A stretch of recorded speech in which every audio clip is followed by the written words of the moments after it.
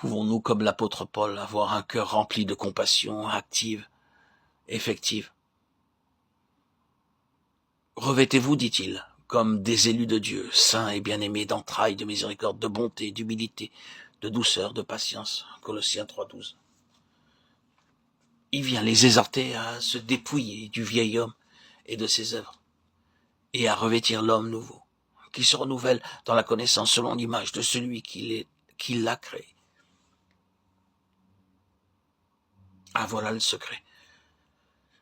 Le vieil homme a été crucifié. La croix du calvaire est l'endroit de la bénédiction, la tombe toute étroitesse, toutes ces barrières dressées par ceux qui étaient restés.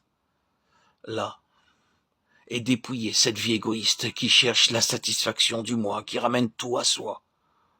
Ensuite, l'homme nouveau est revêtu et se renouvelle selon l'image de celui qui l'a créé.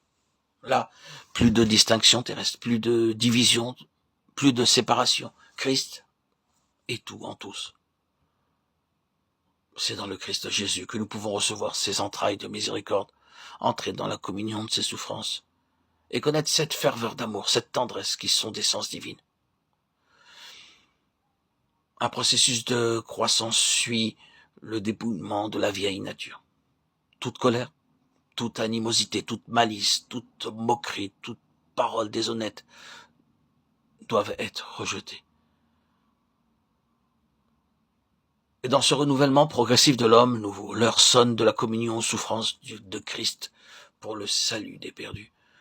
Alors, l'être intérieur tout entier, animé de compassion de Dieu, sera peut-être amené à plaider pour une nation comme Jérémie, ou bien à travailler à la formation de Christ dans les âmes comme l'apôtre Paul, ou encore à manifester l'amour de Dieu envers les autres, à être bon, compatissant, à pardonner comme Dieu nous a pardonné en Christ. Éphésiens 4, 32. Il ne pourra pas fermer ses entrailles aux frères dans le besoin. 1 Jean 3, 17. Il ne pourra pas non plus négliger de prier pour les autres avec la tendresse de Jésus-Christ. Philippiens 1, 8. Enfin, il est prêt à donner sa vie aux frères, à exercer la miséricorde envers tous. Bien qu'aimant davantage, il sera moins aimé. Comment cela se peut-il faire? Par la foi. Ceux qui croient en moi, dit Jésus, il y a là une foi qui unit ceux qui croient à son Sauveur. C'est plus qu'un acquiescement mental, plus que le fait de croire à une autre personne. Quand j'aurai été élevé de la terre, dit Jésus, j'attirerai tous les hommes à moi. Jean 12, 32, 33. Ainsi, le Seigneur sur la croix attire le racheté qui croit en lui.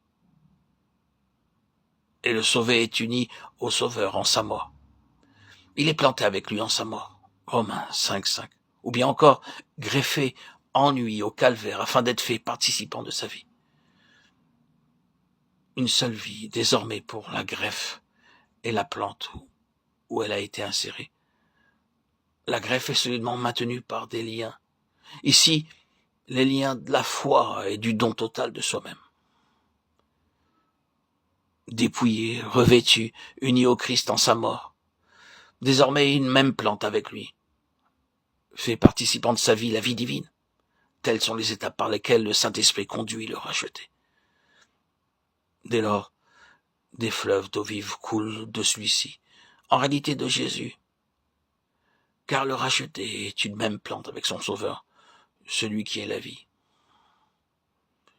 Uni au cœur brisé du Sauveur en faveur d'un monde perdu, le racheté est constamment livré à la mort pour l'amour de Jésus, afin que la vie de Jésus puisse être manifestée dans sa chair mortelle.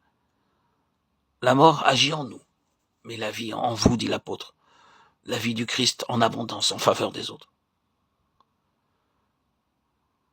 C'est du cœur que procèdent les sources de la vie, écrit Salomon, et ceci est magnifiquement illustré par l'amour dont nous sommes aimés et comme enveloppés. Dieu a tant aimé le monde qu'il a donné son Fils unique, afin que quiconque croit en lui ait la vie éternelle. Jean 3, 16. Et le Fils a tellement aimé le monde qu'il a donné sa vie pour le racheter. Perdu, il le ramène à Dieu. Personne ne m'ôte la vie, dit-il, je la donne de moi-même.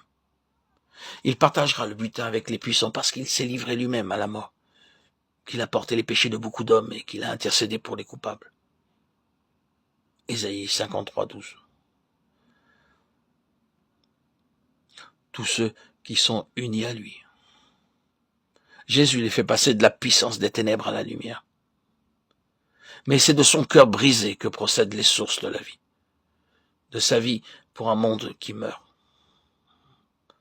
sa vie qu'il manifeste maintenant par ceux qui sont plantés avec lui en sa croix,